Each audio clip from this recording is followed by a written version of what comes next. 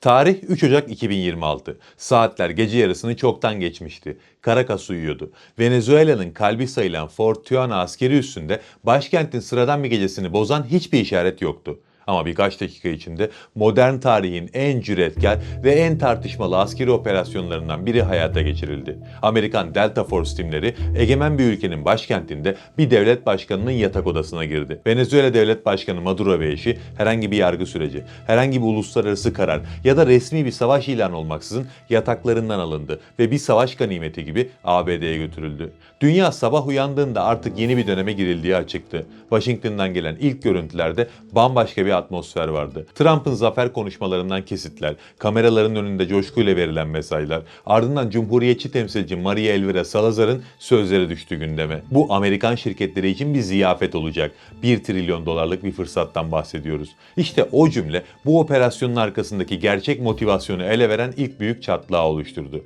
Resmi açıklamalara bakarsanız anlatılan hikaye basitti. ABD'ye göre bu bir narkoterörle mücadele operasyonuydu. Maduro sözde dünyanın en büyük uyuşturucu baronlarından biriydi. Venezuela devleti bir kartel gibi çalışıyordu. Demokrasi, insan hakları ve Amerikan toplumunun güvenliği için bu adım atılmıştı. Zaten demokrasi dedikleri anda bir durmamız gerektiği açık ama neyse.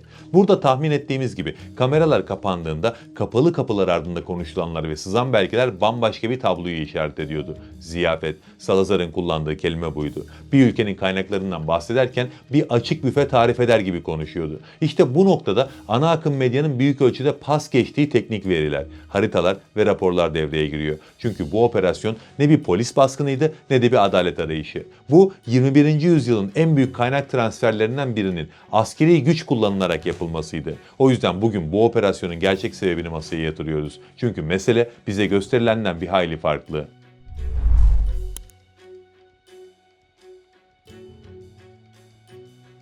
ABD'nin dünyaya sattığı hikayeyi bir kenara bırakalım ve verilerle konuşalım. Washington, Maduro yönetimini Cartel de los Soles yani Güneşler Karteli adı verilen devasa bir uyuşturucu örgütü olarak tanımlıyor. Zaten bu tanım üzerinden pervasızca hareket edebildiler. İddiaya göre Maduro bu yapının tepesinde oturuyor ve ABD'yi kokainle zehirleyen küresel bir ağı yönetiyordu. Bu anlatı hukuki açıdan kritik bir amaca hizmet ediyordu. Maduro'yu bir devlet başkanı olmaktan çıkarıp sıradan bir suçlu statüsüne indirgemek. Çünkü bunu başardığınızda müdahalenizin yöntemine bakmaksızın haklı konuma gelebilirsiniz. Ama ironik olan şu ki bu iddia yine Amerikan kurumlarının kendi verileriyle çöküyor. Bu alandaki bütün devlet kurumlarının, Güney Komutanlığı'nın ve ABD Dışişleri Bakanlığı'nın raporlarına baktığınızda Güney Amerika'dan ABD'ye giden uyuşturucunun %74 ile 80'inin Venezuela üzerinden geçmediğini görüyorsunuz. Asıl ana arter ABD'nin bölgedeki en yakın müttefiki olan Kolombiya'nın Pasifik kıyıları. Zehir buradan Orta Amerika koridoruna giriyor ve Meksika üzerinden ABD'ye ulaşıyor. Venezuela rotasının payı ise %8 ile 10 civarında. Üstelik bu hattın büyük bölümü ABD pazarına değil, Avrupa ve Afrika'ya çalışıyor. Inside Crime ve Vola gibi bağımsız araştırma kuruluşları da yıllardır aynı noktaya dikkat çekiyor. Güneşler Karteli denilen Maduro'nun tepede olduğu dikey ve merkezi bir yapı yok. Evet, Venezuela ordusunda yolsuzluk var. Evet, rüşvet alan subaylar ve generaller var. Ama bu birçok ülkede görülen dağınık ve parçalı bir suç ağı. ABD Adalet Bakanlığı bu dağınık yapıyı bilerek tek bir merkezde toplayıp devlet destekli narkoterör kılıfına soktu. Neden? Çünkü uluslararası hukuk çok net. Bir devlet başkanını petrol ya da jeopolitik çıkar için kaçırırsanız bu bir savaş suçudur. Ama onu zehir baronu ilan ederseniz yaptığınız şey bir anda adalet operasyonuna dönüşür. Hukuki zırhı delmenin yolu buydu. Peki dünya buna inandı mı derseniz inanmasının pek de bir önemi yok işin açığı. ABD hakim güç ve ben yaptım oldu deme lüksüne sahip. Çaresizliği düşünün ki bu olaydan sonra Venezuela BM'yi acil toplantıya çağırdı. Birleşmiş Milletleri. Peki uyuşturucu bir bahane ise asıl sebep neydi? Cevap Venezuela haritasının altında yatıyor. Daha doğrusu haritanın altındaki yeraltı zenginliğinde. ABD'nin dünyanın en büyük petrol üreticilerinden biri olduğu sık sık söylenir. Kaya petrolü ve kaya gazı devrimi bu algıyı güçlendirdi. O zaman şu soru soruluyor. Kendi petrolü varken ABD neden Venezuela'ya bu kadar agresif davransın? İşte kilit nokta burada. Çünkü petrol tek tip bir emtia değil. Kimyası, yoğunluğu ve kükürt oranı her şeyi değiştiriyor. ABD'nin Texas ve Kuzey Dakota'da çıkardığı petrol hafif ve tatlı petrol. Kalitelidir, akışkandır ama ABD'nin Meksika körfezi kıyısındaki dev rafinerileri, özellikle P3 bölgesindeki tesisler milyarlarca dolarlık yatırımlarla ağır ve ekşi petrolü işlemek üzerine inşa edildi. Bu rafinerilere hafif petrol koyduğunuzda sistem verimli çalışmıyor. Hatta zarar edersiniz. Onların ihtiyacı olan şey koyu, yoğun ve kükürtlü petrol. Ve bu petrolün dünyadaki en büyük rezervi işte Venezuela'da. 303 milyar varillik kanıtlanmış rezervle Venezuela kağıt üzerinde dünyanın bir numarası.